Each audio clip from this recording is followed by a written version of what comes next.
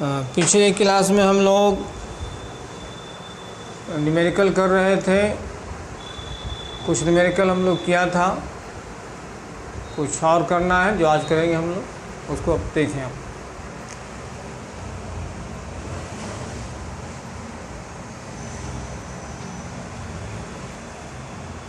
पहला क्वेश्चन हम लोग आज का करो।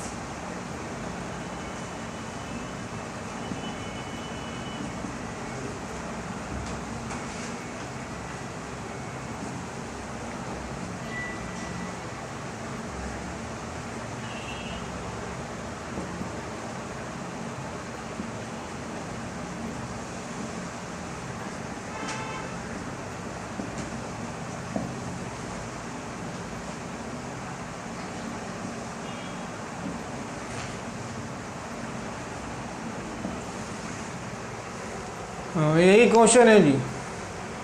इन a gas discharge tube X hydrogen ions under bracket proton are drifting per second from left to right while y electrons are drifting per second from right to left through a cross section. Find value of current and what will be direction of its flow. Question है कि gas discharge tube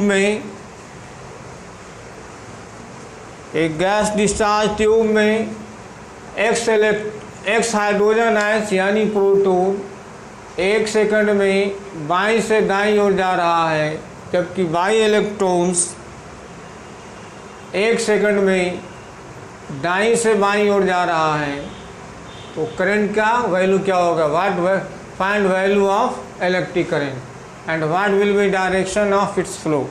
इसके flow का direction क्या होगा, ये question. ठीक है,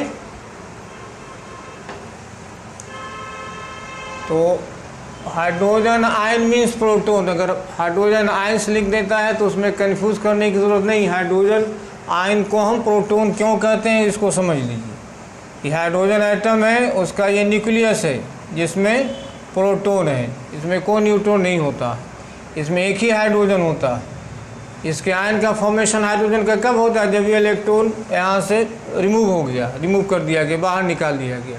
अब एक इलेक्ट्रॉन लूज करेगा तो आयन में ये डेवलप हो जाएगा। तो हाइड्रोजन आयन का फॉर्मेशन होने का मतलब है कि हमको क्या हासिल हो गया है? प्रोटॉन हासिल हो गया। इसलिए अगर प्रोटॉन है तो बच्चे को दिक्कत नहीं होता, लेकिन हाइड्रोजन आयन में समझता है कुछ और चीज़ है।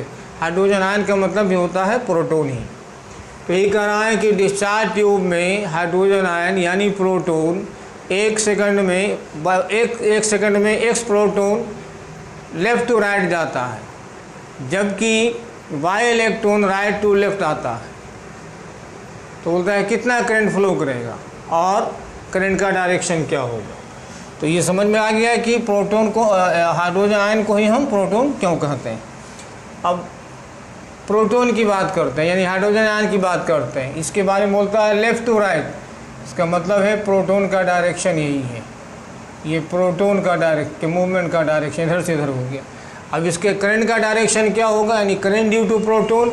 हम लोग पढ़ा था कि direction of current is taken in the direction of flow of positive charge. तो प्रोटॉन क्या है, पॉजिटिव चार्ज है, इसलिए इसके फ्लो की डायरेक्शन में करंट का डायरेक्शन होगा। इसका मतलब है कि आई पी का डायरेक्शन यही होगा, लेफ्ट टू राइट होगा। नेक्स्ट आते हैं प्रोटॉन की बात करते हैं। प्रोटॉन बोलता है कि ये लेफ़्ट टू राइट जाता है, सॉरी राइट टू लेफ़्ट जाता है। राइट टू लेफ़्ट मतलब इधर की तरफ जा रहा है, इधर जा रहा है, ये इलेक्ट्रॉन का डायरेक्शन। अब इसका करंट का डायरेक्शन क्या है, तो हम लोग पढ़ा था कि direction of flow of current is taken in a direction opposite to the direction of negative charge, यानी नेगेटिव चार्ज के अपोजिट डायरेक्शन में। इलेक्ट्रॉन क्या है, नेगेटिव चार्ज है, इसलिए इसका डायरेक्शन का अपोजिट डायरेक्शन क्या होगा, ये होगा, यानी करंट ड्यू टू इलेक्ट्रॉन भी होगा लेफ्ट टू राइट। अब देखते हैं क्या सिचुएशन बनता है, इसको ऐड करने का सिचुएशन बनता है या सब्ट्रैक्ट करने का सिचुएशन बनता है। तो आई पी का डायरेक्शन भी ये, आई का डायरेक्शन ये, दोनों का डायरेक्शन सेम है, इसलिए दोनों को क्या करेंगे हम लोग, जोड़ देंगे, ख़त्म बात होगी। तो आई पी को क्या बोलते हैं, करंट ड्यू टू प्रोटॉन्स या हाइड्रोजन आयंस। आई को क्या बोलते हैं, करंट ड्यू टू इलेक्ट्रॉन। पहले आई पी लिखेंगे, क्यू बाई टी होता है बेसिक फार्मूला जो हम लोग जानते हैं। एन ही होता है, यहाँ पे एन के जगह पर कितना दिया हुआ है, एक्स हाइड्रोजन आयन। इसका मतलब एक्स प्रोटॉन का जो चार्ज होता है वो इलेक्ट्रॉन का चार्ज होता है, जिसको ई से डिनोट करते हैं। ड्रिफ्टिंग पर सेकेंड टाइम का वैल्यू एक्स ही होगा। आई पी के बाद नेक्स्ट लिखेंगे आई ई, यहाँ भी फार्मूला होगा क्यू टी, कितना इलेक्ट्रॉन है, वाई इलेक्ट्रॉन है, तो वाई दे देंगे, ई रहेगा इक्वल टू वाई। तो आई पी ये निकल गया, टोटल करंट लिख देंगे, total current I is equal to I P plus I E equal to X E plus Y E, common ले लेंगे तो एक्स प्लस वाई इंटू, यही मेरा करंट का वैल्यू निकल गया। अब यही अगर क्वेश्चन ये रहता कि इलेक्ट्रॉन भी लेफ्ट टू राइट जा रहा है, तब करंट का वैल्यू क्या होता, तो अगर इलेक्ट्रॉन इधर की तरफ जाता तो इसका करंट इधर की तरफ होता। तो जो हम लोग आई पी प्लस आई लिखा, वो आई पी प्लस आई नहीं दे करके क्या लिखते हैं हम लोग, आई पी माइनस आई कर। यही डायरेक्शन का कॉन्सेप्ट है, जिसके हिसाब से इसको हम लोग करते हैं। नेक्स्ट इसमें था what will be direction of its flow, किधर जा रहा है, आई पी भी इधर की तरफ है, आई भी इधर की तरफ है, इसलिए from left to right direction लिख देंगे हम लोग, direction left to right, left to right, यही हो। तो एक बार हम लोग करंट के लिए करंट निकाला, सॉरी प्रोटॉन के लिए करंट निकाला, फिर इलेक्ट्रॉन के लिए करंट निकाला, दोनों को ऐड कर दिया। अब ये देखेंगे ऐड कब होगा, क्योंकि दोनों का डायरेक्शन सेम आ रहा है, इसलिए यहाँ पे ऐड होगा। लेकिन ऐसा अगर केस बनता, एक का डायरेक्शन इधर आ रहा है, एक का ऐसा आता, तो हम उसको सब्ट्रैक्ट करते, लेकिन वो केस नहीं है। डायरेक्शन क्या होगा, इसका भी इधर है, इसका भी इधर है, इसलिए ओवरऑल करंट का डायरेक्शन बनेगा left to right.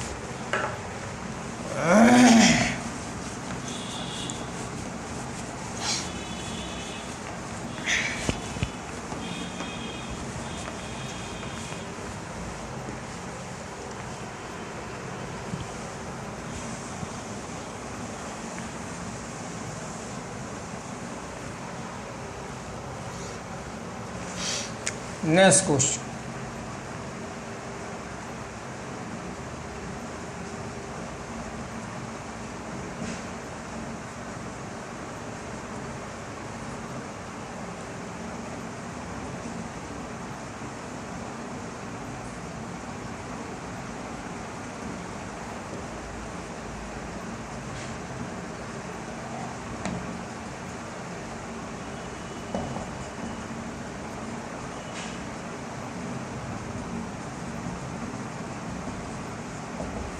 Next question है 10 ampere current is flowing through a conductor of radius 0.5 centimetre, find current density.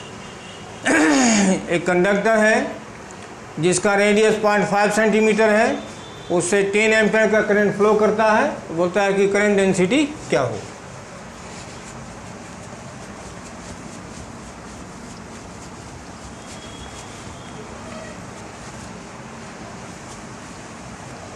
Current density J equal to क्या होता है,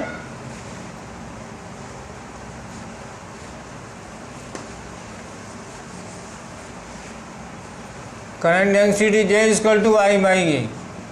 आई दिया हुआ है 10 एम्पियर, ए नहीं दिया हुआ है, आर दिया हुआ है 0.5 centimetre equal to 0.5 into 10⁻² metre. ठीक है, तो J रहने देंगे, आई बाई ए को कर देंगे पाई आर स्क्वायर।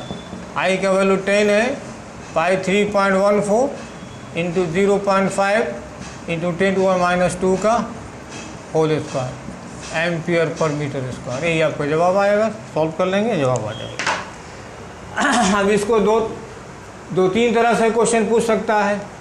ये दिया रहेगा, ये दिया रहेगा, ये पूछेगा, ये दिया रहेगा, ये दिया रहेगा, ये पूछेगा, जो अभी पूछ रहा है।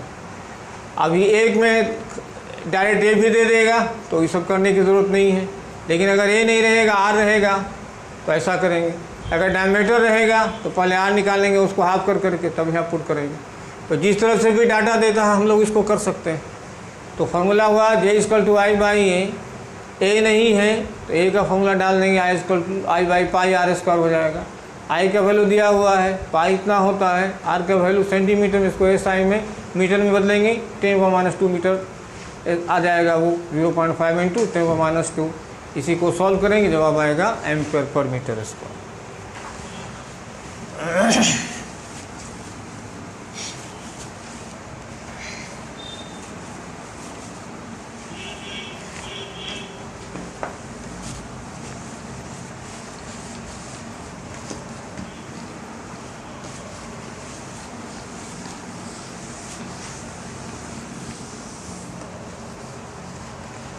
नेक्स्ट क्वेश्चन,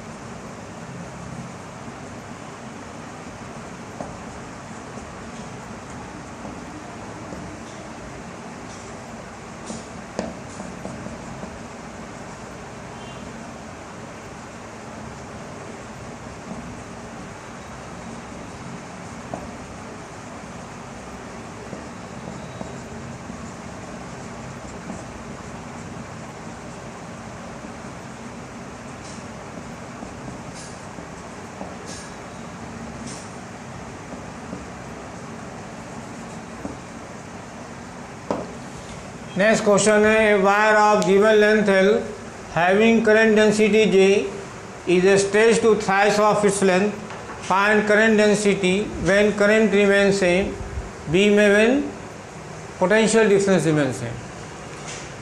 एक वायर है जिसका एक सर्टेन लेंथ है L है और उसका करंट डेंसिटी कितना है J है। इसको खींच करके 3 गुना लंबाई इसका बढ़ा दिया जाता है, तो बोलता है कि इसका करंट डेंसिटी क्या होगा। लेकिन दो सिचुएशन में, पहला सिचुएशन है करंट सेम रहेगा, करंट चेंज नहीं करेगा। दूसरा सिचुएशन है पोटेंशियल डिफरेंस सेम रहेगा, पोटेंशियल डिफरेंस चेंज नहीं करेगा। बात कहाँ से आगे बढ़ाएंगे सो देखिए। जे की बात हो रही है तो पहले जे का हम लोग फॉर्मूला लिख लेंगे। जे इक्वल टू क्या होता है आई बाई ए। अब यहाँ बात हो रही है कि लेंथ बढ़ाया जा रहा, तो यहाँ पर लेंथ में और जे में कोई रिलेशन नज़र नहीं आ रहा है सामने से, तो लेंथ हमको लाना है, लेंथ हम ले आए। लेकिन अपने मन से आप कुछ नहीं कर सकते हो, मैथमेटिक्स में लेंथ ले आओगे तो लेंथ से डिवाइड भी करना होगा। लेंथ लाने का मतलब हुआ इसको हम एल से मल्टीप्लाई कर दिया, तो खाली एल से मल्टीप्लाई आप नहीं कर सकते हैं, नीचे भी आपको एल देना होगा, क्योंकि ये कट जाएगा फिर यही रह जाएगा, ऐसा हम कर सकते हैं। अब ऐसा क्यों किया गया सो समझिए। आई रहने देंगे, एल रहने देंगे, और ये A area of cross section of the wire है, एल जो है लेंथ ऑफ द वायर है, ठीक है, sorry A area of cross section of the wire है, लेंथ क्या है A area of cross section of the wire, L length of the wire. तो area of cross section into अगर length कर देंगे तो ये क्या हो जाएगा, वॉल्यूम हो जाएगा। बात समझ में आई। J equal to I by ए होता है अब हमको एल लाना है, क्योंकि क्वेश्चन एल के बारे में कह रहा है, लेंथ को डबल या ट्रिपल या जो भी करना बोल रहा है वो कर रहा है, ट्रिपल कर रहा है, तो एल से ऊपर नीचे मल्टीप्लाई किया। ऐसा इसलिए किया, ये दोनों कट जाने के बाद यही रहेगा। अब आई इंटू एल तो लिखेंगे, और ये area of cross section of the wire है, L length of the wire है, तो area of cross section into L यानी लेंथ कितने के बराबर होता है, वॉल्यूम के बराबर होता है, तो वॉल्यूम कर दिया। अब यहाँ समझना है हमको कि ये कंडक्टर है, इसके लंबाई को हम खींचते हैं, तो लंबाई जब खींचते हैं तो ये भी चेंज होता है, यानी ये कमता है, यानी कि लंबाई जब चेंज होता है तो उसका एरिया ऑफ क्रॉस सेक्शन भी चेंज होता है। तो लंबाई जब हम बढ़ाते हैं तो एरिया ऑफ क्रॉस सेक्शन घटता है, यानी जब स्ट्रेच करते हैं तो लंबाई बढ़ेगा, एरिया ऑफ क्रॉस सेक्शन घटेगा। लेकिन ये दोनों का प्रोडक्ट क्या होता है, सेम होता है, जिसको हम लोग वॉल्यूम कहते हैं। उसी तरह से अगर इसको कंप्रेस करते हैं तो इसका लेंथ घटता है, लेकिन एरिया ऑफ क्रॉस सेक्शन बढ़ता है, तो एक घटा एक बढ़ गया, दोनों का प्रोडक्ट क्या होता है, सेम होता है। इसका मतलब हुआ कि स्ट्रेच करने पर जो क्वेश्चन हम लोग का है, या कंप्रेस करने पर यानी दबाने पर लेंथ बदल सकता है, और साथ साथ एरिया क्रॉस सेक्शन भी बदल सकता है, यानी बदलता है, बदलता है, लेकिन उसका वॉल्यूम चेंज नहीं होता। तो यहाँ पर हम लोग देख रहे हैं, अब एक ए पार्ट लेके चल रहे हैं हम इसको। तो आई क्या है, रिमेंस कांस्टेंट, क्वेश्चन कर रही हम नहीं कर रहे हैं, as per question I remains same का मतलब कांस्टेंट हो गया। और अभी हम लोग देखा कि वॉल्यूम भी सेम है, तो लिख दिया हम लोग J is equal to constant, क्यों कि constant by constant equal to constant into L. अब जब हम कांस्टेंट को हटाएंगे तो लिखेंगे J वेरी द, यानी यहाँ से रिलेशन निकल गया, current density is directly proportional to length of the wire. लेकिन कब, जब electric current will be unchanged, when electric current will be unchanged then current density is directly proportional to length of the conductor। अब इसको हम लिख सकते हैं J2 by J1 is equal to L2 by L1। ठीक है, जब directly proportional होता है तो अगर हम J के साथ 2 लगाएंगे तो L के साथ भी 2 लगाना होगा, इसके साथ 1 लगाएंगे तो इसके साथ भी 1 लगाना होगा। तो L2 बोलता है थ्राइस, थ्राइस मतलब 3L, और L1 को क्या बोलेंगे L, क्योंकि L1 कितना दिया हुआ स्टार्टिंग में L है, L कट गया 3, तो J2 इक्वल टू कितना हो गया 3J1, 3 लिखेंगे, और J1 कितने के बराबर है, J के बराबर है, J कर दिए, यानी J2 का वैल्यू आ गया 3J। देख ली, ये हो गया। अब हम लोग B को लेकर के चलेंगे, B में क्या करेंगे हम लोग, फॉर्मूला यही यूज़ करेंगे, G को लेकर के चलेंगे, फॉर्मूला हम यही यूज़ करेंगे। लेकिन यहाँ क्या करना है, यहाँ बोलता है करंट की बात नहीं कर रहा है, करंट के बारे में कुछ मेंशन नहीं किया, कांस्टेंट रखना है, पोटेंशियल डिफरेंस को कांस्टेंट रखना। इसका मतलब है कि आई को हम कन्वर्ट कर दें पोटेंशियल डिफरेंस के फॉर्मूले में। तो ओम्स लॉ से हम लोग पढ़ा है, आई इक्वल टू होता है, जो अभी हम बताया नहीं है, इसको हम लोग नेक्स्ट यानी कल बताएंगे, लेकिन 10 में आप लोग का पढ़ा हुआ होगा। आई इक्वल टू होता है V by R, ohm's law के मुताबिक, यानी electric current is equal to potential difference by resistance, जो आप लोग 10 में पढ़े होंगे, फिर हम लोग भी कल पढ़ेंगे। I is equal to V by R कर देंगे इंटू ए। ठीक है, इसको हम यहाँ लिख दे रहे हैं। फिर एक और फार्मूला हम लोग पढ़े हैं, आप लोग पढ़े होंगे 11 में, अभी हम नहीं पढ़ाया है, rho into L by A, R के जगह पे भी रहने देंगे, आर को लिखेंगे rho into L by A into A, ये कैंसिल आउट हो गया, J इक्वल टू हो जाएगा V by rho into L. ठीक है, अब V क्या है, पोटेंशियल डिफरेंस है, तो B में पोटेंशियल डिफरेंस कांस्टेंट बोलता है, रिमेन से मतलब कांस्टेंट है। रो है रेसिस्टिविटी ऑफ द मटेरियल, तो गिवन मटेरियल के लिए रेसिस्टिविटी कांस्टेंट होता है। हाँ, मटेरियल चेंज हो जाएगा, जैसे कॉपर का वायर लेते हैं, छोटा वायर लें, बड़ा वायर लें, मोटा लें, पतला लें, सब के लिए रेसिस्टिविटी यानी रो सेम होगा, यानी कांस्टेंट होगी। मटेरियल बदल देंगे, अब उसके लिए अगर मान लो सिल्वर का वायर ले लिया तो उसके लिए चेंज हो जाएगा, लेकिन जितना भी सिल्वर का वायर होगा सबका रेसिस्टिविटी सेम रहेगा। उसी तरह से मटेरियल चेंज होगा, तब अगर मटेरियल सेम है तो ये कांस्टेंट, ये कांस्टेंट, तो J इक्वल टू क्या हो गया, constant by L, V constant by resistivity constant equal, यानी constant by constant equal to constant by L. अब इसको जब हटाएंगे तो हम लोग लिखेंगे J varies as L यानी J is inversely proportional to length. कब? वहाँ देखा था current density is directly proportional to length when current remain same. यहाँ देख रहे हैं current density is inversely proportional to length when potential difference constant. तो दोनों बात लागू होता है। J वेरीज एज L भी होता है, J वेरीज एज 1/L भी होता है, J वेरीज एज L होता है when current remains constant means current will not change. J varies 1/L तब होता है जब करंट नहीं बल्कि पोटेंशियल डिफरेंस कांस्टेंट होता है। तो ये भी ध्यान रखना होगा हम लोग को कि J varies as L when current remains constant and J varies as 1/L when potential difference remains constant. अब इसको हम लोग लिख सकते हैं J2/J1 is equal to L1/L2। वहाँ क्या किया था हम लोग, यहाँ 2 दे रहे थे तो यहाँ भी 2 दे रहे थे क्योंकि डायरेक्टली था। यहाँ 1 दे रहे थे तो यहाँ भी 1 दे रहे थे, लेकिन यहाँ हम 2 दे रहे हैं, यहाँ 1 दे रहे हैं, उल्टा दे रहे हैं। तो इन्वर्सली प्रोपोर्शनल है इसलिए हम इसको रिवर्स करके दे रहे हैं। L1 L है, L2 3L है, ये कट गया 1/3। तो J2 इज इक्वल टू आ गया J1/3 is equal to J/3। यही आपको जवाब।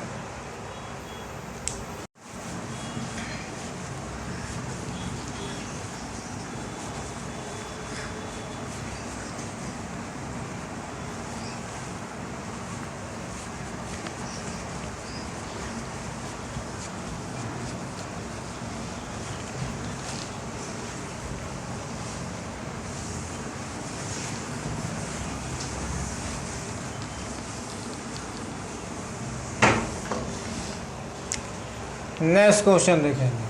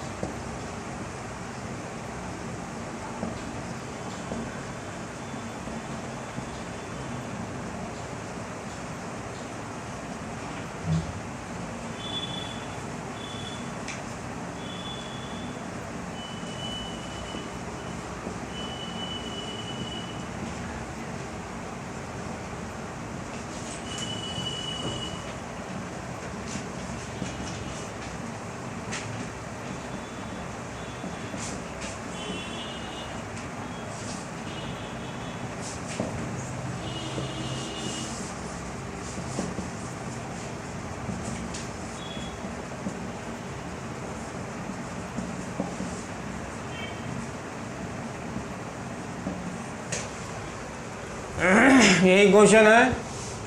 इन copper number density of electron, इसी को हम लोग नंबर ऑफ फ्री इलेक्ट्रॉन्स पर वॉल्यूम भी कहते हैं, सिलेंडर ब्रैकेट में दे दिया। तो अगर ये लिख देते हैं तब तो किसी बच्चे को कोई समस्या नहीं होता है, कोई प्रॉब्लम नहीं होता। लेकिन ये लिख देने के बाद समझता है कि नया चीज़ है, इसलिए नया बात लिख दिया है ताकि ये रहे तब भी हम नंबर ऑफ इलेक्ट्रॉन्स मानेंगे, अगर ये रहेगा तो इसको हम मानेंगे। दोनों सेम ही चीज़ है, इसलिए दोनों बात को हमने ब्रैकेट करके लिख दिया है। तो in copper number of density of electron यानी नंबर ऑफ इलेक्ट्रॉन्स पर volume is 8.85 into 10⁻20 metre inverse 3। Find time taken by electron to drift from one end of conductor to another one end to another end of a conductor of length 2 metre. comma area of cross section 2.2 into 10^16 meter square, current passing through it is 6 ampere। फिर से पढ़ दे रहे हैं। इन copper number density of electron, number of free electron spent volume is 8.85 into 10^8 meter minus 3। Find time taken by electron to drift from one end to another end, from one end to another end of conductor of length 2 meter and area of cross section 2.2 into 10 to the power 6 meter square, current passing through it 6 ampere।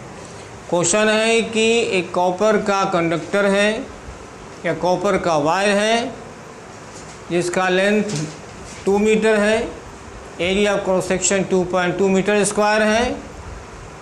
इसमें current, इसमें number of free electron current volume दिया हुआ है 8.85 into 10^28। इससे current I flow कर 6 ampere का current flow करता है। तो बोलता है कि इलेक्ट्रॉन को इसके एक एंड से दूसरे एंड तक जाने में कितना टाइम लगेगा। ऐसा क्वेश्चन क्यों किया गया? इसलिए किया गया कि जब करंट फ्लो करता है तो क्या होता है, करंट फ्लो करने के लिए हमको पोटेंशियल डिफरेंस अप्लाई करना पड़ता है। उसके वजह से एक इलेक्ट्रिक फील्ड एस्टैब्लिश होता है जिसके इंटेंसिटी का डायरेक्शन कंडक्टर के पॉजिटिव एंड से नेगेटिव एंड की तरफ होता है। अब नेगेटिव चार्ज है इलेक्ट्रॉन से, इसके ऊपर एक फोर्स लगने लगता है जो फील्ड के डायरेक्शन में होता है। इसका मतलब है कि सब यहाँ से यहाँ चलना शुरू करता है। तो यहाँ से यहाँ पहुँचने में इलेक्ट्रॉन को कितना टाइम लगेगा, यही टाइम पूछा जा रहा है। अब ये कहाँ से निकलेगा? तो यहाँ से यहाँ तक जिस वेलोसिटी से पहुँचता है उसको हम लोग बोलते हैं ड्रिफ्ट वेलोसिटी। अगर इसका लेंथ एल है तो यहाँ से यहाँ तक जाने में टाइम कितना लगेगा? टी इक्वल टू हम लोग VD/L कर सकते हैं। इसका मतलब है कि ये क्वेश्चन भी ड्रिफ्ट वेलोसिटी से रिलेटेड है और उसी का फॉर्मूला लगा करके हम लोग ड्रिफ्ट वेलोसिटी पहले निकाल लेंगे, उसके मदद से लेंथ दिया हुआ है टी निकाल लेंगे। तो ड्रिफ्ट वेलोसिटी का फॉर्मूला होता है VD = I/NEA। NEA कर दिए। अब क्वेश्चन ये बनता है कि हम लोग ये क्यों नहीं यूज़ किया? एक फॉर्मूला ये भी पढ़ा था। तो यहाँ पे इंटेंसिटी ऑफ इलेक्ट्रिक फील्ड की बात आ रही है, रिलैक्सेशन टाइम की बात आ रही है ना, हमको ये मालूम है ना ये मालूम नहीं, इसके लिए कोई हमारे पास डाटा दिया हो जिसको हम निकाल सकते हैं, इसलिए इस फॉर्मूले को हम लोग यूज़ नहीं करेंगे। अब देखते हैं इसके लिए सब सूट करता है कि नहीं करता। तो इसमें सब दिया हुआ है। आई हमारा दिया हुआ है 6 एम्पियर, एन दिया हुआ है 8.854 into 10⁻³ मीटर -3। ई का वैल्यू हम जानते ही हैं, ए भी दिया हुआ है 2.2 into 10⁻6 मीटर स्क्वायर। और इस ई का वैल्यू हम जानते हैं, इक्वल टू होता है 1.6 into 10⁻19। All these are known. तो हम लोग VD कर देंगे, 1 2 चारों मालूम है। और अगर VD मालूम हो जाता है तो हम वहाँ से T = VD/L कर देंगे, नहीं तो यहीं पर कर दे सकते हैं। VD = क्या कर देंगे, L/T कर देंगे, I/NEA कर देंगे। यहाँ से हमको T निकालना है, T = व्हाट, तो T निकालना है हमको, तो T = लिख देंगे हम लोग NEA × L/I। N का वैल्यू पुट कर देंगे 8.85 into 10⁻8.85 है, गलती दिखाएंगे एक मिनट, 8.85 10⁻28, तो 10⁻28 दे दिया। N का वैल्यू हो गया, E का वैल्यू 1.6 into 10⁻19, A का वैल्यू 2.2 into 10⁻6 into L का वैल्यू 2 डिवाइडेड बाय करंट का वैल्यू। इसका जवाब सेकंड में आ जाएगा। ये क्वेश्चन था कि एक कंडक्टर है, इसके इलेक्ट्रॉन को यहाँ से यहाँ तक आने में कितना टाइम लगेगा। सारा डाटा दिया हुआ है। ड्रिफ्ट वेलोसिटी का हम फार्मूला यूज़ कर लिया। इस फार्मूले VD के लिए हम L/T कर दिया, यहीं से T का हम एक्सप्रेशन निकाल लिया, ये आ गया। इसमें सारा डाटा हमको दिया हुआ, सारे डाटे को पुट कर दिया। N का वैल्यू हो गया, E का वैल्यू हो गया, A का वैल्यू हो गया, L का वैल्यू हो गया, I का वैल्यू हो गया, पुट कर देंगे, जवाब।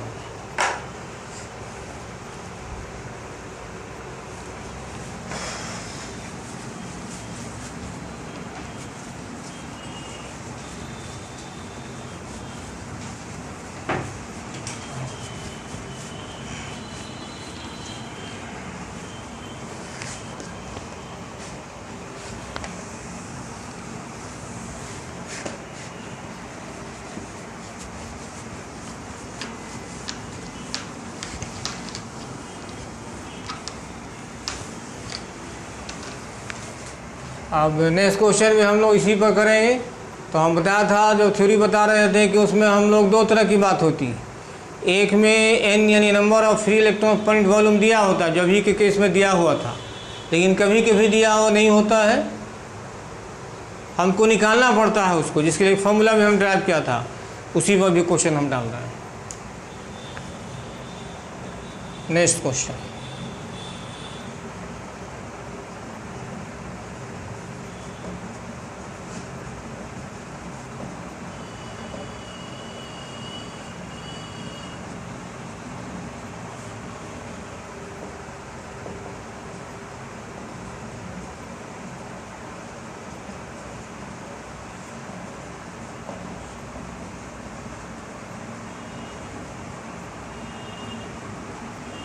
Question find drift velocity in A copper wire in which current density is 480 ampere per centimetre square. कहता है कि कॉपर का एक वायर है, उसमें आपको करंट डेंसिटी उसमें आपको ड्रिफ्ट वेलोसिटी मालूम करना है, जिसके लिए करंट डेंसिटी का वैल्यू दिया हुआ है 480 एम्पियर पर सेंटीमीटर। क्या करना है, एक कॉपर का वायर है, कॉपर के वायर में ड्रिफ्ट वेलोसिटी निकालना है, जबकि करंट डेंसिटी का value 480 ampere per centimetre square दिया हुआ है। तो हम लोग ड्रिफ्ट वेलोसिटी का फॉर्मूला लिखेंगे, VD = I/NEA। अब यहाँ पे करंट नहीं हमारे पास है, ए भी नहीं है, इसकी कोई ज़रूरत नहीं है, यहाँ डायरेक्ट ये दे दिया, यानी I/A दिया हुआ है। इसका मतलब है ये दिया हुआ क्या है, J दिया हुआ है, ये आपका दिया हुआ है 480 एम्पियर पर सेंटीमीटर स्क्वायर, इसलिए डायरेक्ट हम लोग I/A को J कर दें, A नहीं कर दें। अगर J नहीं दिया होता तो I का वैल्यू दिया रहता, A का वैल्यू दिया रहता, या I का वैल्यू दिया रहता, I नहीं दे करके रेडियस का वैल्यू दिया रहता तो πr² कर देते। डायमीटर का वैल्यू दिया होता तो उसका हाफ करते, फिर πr² करते। तो ऐसा कुछ नहीं है, सीधे आपको I/A J का वैल्यू ले दिया, तो J हो गया दिया हुआ है, E का वैल्यू हम जानते हैं, N यहाँ दिया हुआ नहीं है, जो इससे पहले क्वेश्चन में या जनरली दिया हुआ होता। N निकालना होता तो N के लिए एक फॉर्मूला हम निकाला था, तो क्या था, NA × X × D / N, जिसमें N को हम बोलते हैं एवोगाड्रोस नंबर, X को बोलते हैं नंबर ऑफ फ्री इलेक्ट्रॉन्स पर एटम, D को बोलते हैं डेंसिटी और M को बोलते हैं एटॉमिक वेट। ठीक है, तो एवोगाड्रोस नंबर कितना होता है, 6.022 × 10⁻23। X का वैल्यू कितना होता है, कॉपर के केस में हम लोग नंबर ऑफ फ्री इलेक्ट्रॉन्स पर एटम लेकर के चलते हैं, पर एटम दे दिया, इनटू D होता है 9 ग्राम पर सेंटीमीटर की डेंसिटी है। ये सब याद रखना होगा, कभी कभी दे देता है, कभी कभी नहीं देता था, आपको कुछ कॉमन जो होता है एलिमेंट या मटेरियल उसका याद रखना होता है। M जो होता है वो 63.5 होता है, हम राउंड करके लिख देते हैं 64, यहाँ पर हम लिख देंगे बात को। अब इसी को N हो गया, यहाँ पर लिख देते हैं क्या क्या है, Na है आपका एवोगाड्रो नंबर 6.02 × 10⁻23 और X का वैल्यू है 1, और D जो है डेंसिटी ऑफ कॉपर है, जो होता है 9 ग्राम पर सेंटीमीटर क्यूब, और M जो है ये एक्चुअली होता है 63.5, लेकिन अप्रॉक्सीमेटली हम लोग इतना ग्राम में होता है, 64 ग्राम कर देते हैं कैलकुलेशन को सिंपल करने के लिए। N का वैल्यू निकल गया, अब पुट कर दीजिए आप, VD = J का वैल्यू यहाँ दिया हुआ है 480, उसके बाद डिवाइडेड बाय N का वैल्यू जो ही अभी निकाला हम लोग पुट कर दीजिए, 6.022 × 10⁻23 × 1 × 9 डिवाइडेड बाई 64 और इंटू E का वैल्यू 1.6 × 10⁻⁹। इसी को सॉल्व करेंगे हम लोग का सेंटीमीटर पर सेकंड में जवाब आ जाएगा। J का वैल्यू 480 दे दिया, यहाँ से हम लोग इस वैल्यू को निकाल लिया, यहाँ पुट कर देंगे 6.022 10⁻23 × 1 × 9 बाई 64 इंटू 1 E का वैल्यू 1.6 इंटू यहाँ पर लिख दो वैल्यू, VD = J/N, J का वैल्यू, N का वैल्यू, E का वैल्यू। ठीक।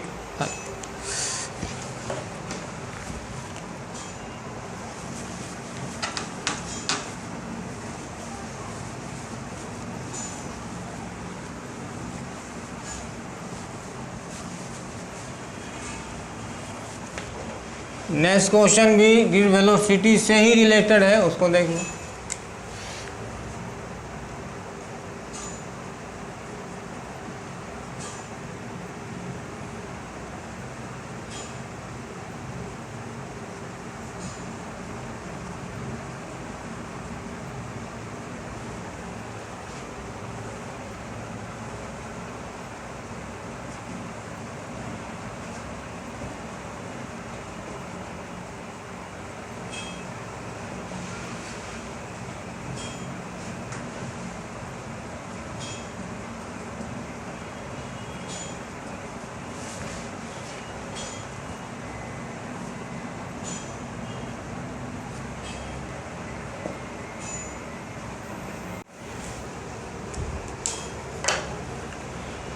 नेक्स्ट क्वेश्चन है find momentum of free electrons,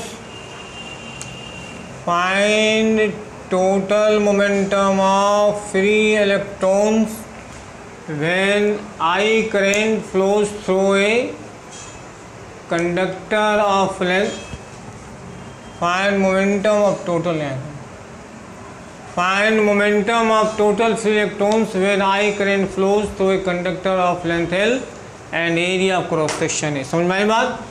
find momentum of total free electrons when I current flows through a conductor of length L and area of cross section है। L लंबाई और A area of cross section के conductor से flow करते हुए total electron free electrons का momentum क्या होगा, यही निकालना है। कैसे निकालेंगे हम लोग? क्या निकालना है? मोमेंटम निकालना है। किसका निकालना है? फ्री इलेक्ट्रॉन्स का निकालना है। तो किसी भी कंडक्टर में एक फ्री इलेक्ट्रॉन्स नहीं होता है।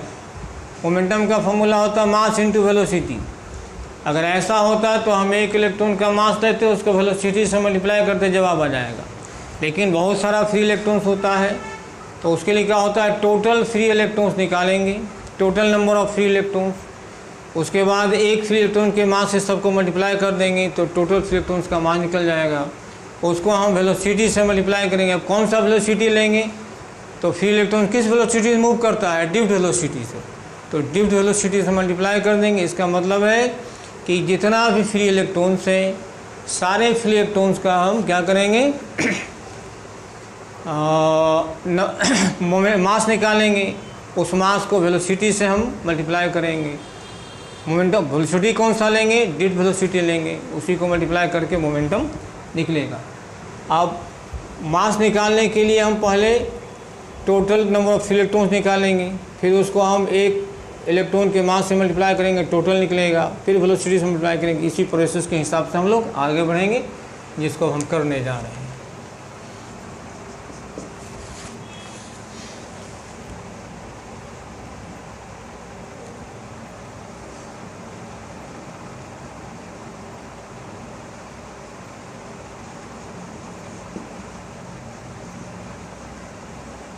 वॉल्यूम ऑफ कंडक्टर क्या होता है? Area of cross section into length. Number of free electrons per unit volume. ये सपोज कर लेते हैं या लेट लगा देते हैं। Let number of free electrons पर volume n। Total number of free electrons in the conductor is equal to n into a into l। Clear? Area cross section को लेंथ से मल्टीप्लाई कर दिया, वॉल्यूम निकल गया। यूनिट वॉल्यूम में n मान लिया। टोटल नंबर के लिए हम n को l से मल्टीप्लाई कर दिया। Volume of conductor a into l। Let number of electrons point volume n। Total number of electrons in the conductor n into a into l। Mass of electron suppose कर लेते हैं। Mass of one electron, mass of one electron is equal to m ही suppose कर लेते हैं। Mass of total free electrons, mass of total free electrons of conductor m is equal to, इससे multiply कर देंगे n a into l into M E. अब momentum equal to क्या होता है? मोमेंटम इक्वल टू होता है mass into velocity. Mass into velocity जो 11 में पढ़ाया हुआ है। मास को हम लोग m कर देंगे capital M into velocity vd लेंगे। m का वैल्यू निकालिए यहाँ पर n into a into l M E, और vd का वैल्यू आपका है जानते हैं हम लोग I divided by N E A. n कट जाएगा, a कट जाएगा, बचेगा l into M E into I बटा ई। यही आपका मोमेंटम का फॉर्मूला है। Momentum equal to L, N कट गया, A cancel out, L M E I बटा ई। एल हो गया कंडक्टर का लेंथ, एम ई हो गया मास ऑफ इलेक्ट्रॉन, आई हो गया करंट, ई हो गया इलेक्ट्रॉन का चार्ज। तो एल दिया रहेगा, मान लो कहेगा एक कंडक्टर जिसका लेंथ 5 मीटर है उसके से 10 एम्पियर करंट पास करता। एल के जगह पर 5 मीटर कर देंगे, आई के जगह 10 एम्पियर कर देंगे, ई का वैल्यू 1.6 इंटू 10⁻19 कूलम करेंगे। आई एम ई का वैल्यू हम जानते हैं 9.1 इंटू 10⁻31 kg। तो इसी तरह का क्वेश्चन पूछा करता है। जो भी क्वेश्चन हम लोग करंट डेंसिटी पे या ड्रिफ्ट वेलोसिटी पे किया था, इसी तरह का क्वेश्चन सब बनता है। हर तरह से हम समझा दिया। हम समझते हैं कि सारे बच्चों को क्लियर हो गया होगा। इसके बाद हम लोग अगले क्लास में ओम्स लॉ करेंगे।